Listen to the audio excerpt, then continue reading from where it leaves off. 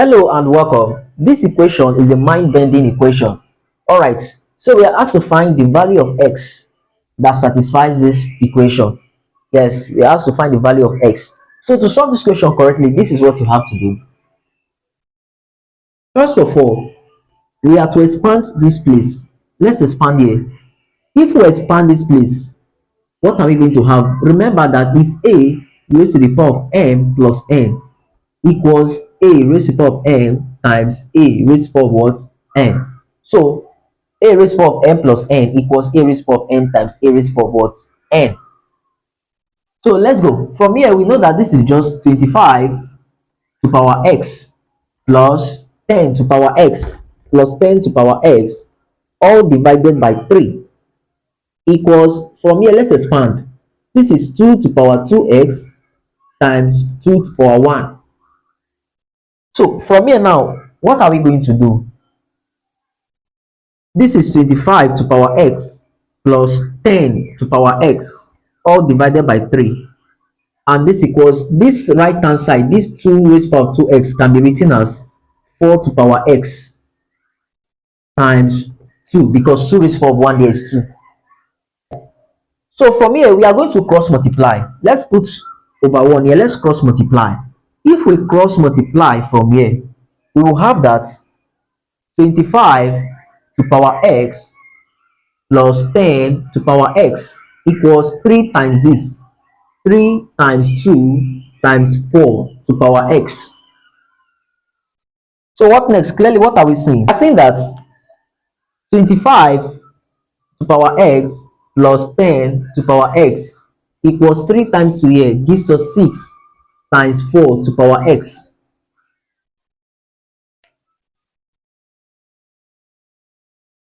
So from here, what are we going to do? We are going to divide through by 4 to power x. Let's make 6 stand alone. Let's make 6 the subject of the formula. Let this 6 stand alone. So we have to divide both sides by 4 to power x. If we divide both sides by 4 to power x, we'll have that 25 raised to the power of x. 25 raised to the power of x plus 10 to power x equals 6 times 4 to power x. So dividing through by 4 to power x, 4 to power x and 4 to power x, we have that 4 to power x cancels out 4 to power x from here. So from here, we have that this is 25 to power x all over 4 to power x plus 10 to power x all divided by 4 to power x equals 6. Alright, so from here, let's recall this property. Let's recall this property. If we have a to power k divided by b to power k, clearly this equals a all over b all to power k, because the law states that different factors in bracket raised to a certain power, the power can be distributed over the factors in the bracket. So from here, we can interpret this place here that looks like this. Now we can interpret here to look like this man here. So we can interpret it to look like that. How do we do that? We know that this is 25 all over 4 all to power x plus 10 all to power 4, 10 over 4 all to power x equals what? 6. So what's the next step? 25 here can be written as 5 to power 2. So this is 5 squared all over 4 here can be written as 2 squared all to power x plus, we can reduce this place to 5 over 2. So 2 goes here, 5, 2 goes here, 2. So this is 5 over 2. 5 over 2 all to power x equals 6 from here. So clearly you can see that this place here, 5 squared, 2 squared, is looking like a to power k, b to power k. So let's make this 5 squared, 2 squared to look like this by taking this 2 outside. So from here we'll have that this is 5 all over 2 all squared all to power x plus 5 all over 2 all to power x equals 6.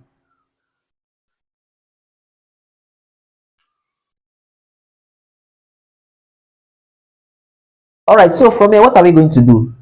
Clearly, we know that if we have a to power m all to power n, that when a factor is raised to the first power and then raised to another power, the two powers can be multiplied for final result. And if those two powers can be multiplied, they can also interchange. You can interchange them. So this is a raised power of n, raised power of m. So they can interchange. So from here, these two will interchange them. That is, we have this is 5 all over 2 to power x all squared plus 5 all over 2 all to power x equals what? 6. All right. So clearly from here, we know that exponential equation are always positive. That is 5 all over 2 all to power x must be greater than what? 0. Yes. So if we make the substitution from here, we can say let 5 all over 2 all to power x equals a letter k. So that means this must be greater than what? 0. So let's make substitution there. Whenever we see 5 over 2 raised to x, we put what? K. This is k squared plus, from here we have k equals 6. So let's collect like them. K squared plus k minus 6 equals 0. Let's arrange them very well.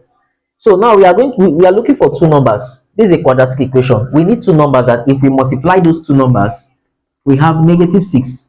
And if we add or subtract those two numbers, we have 1. So clearly, those two numbers are 3 and negative 2, because 3 minus 2 gives us a positive 1. Then 3 times negative 2 gives us negative 6. So let's go. So this is k squared plus 3k minus 2k minus 6. So the concept here is just that when you find these two numbers, use the two numbers to replace the middle term.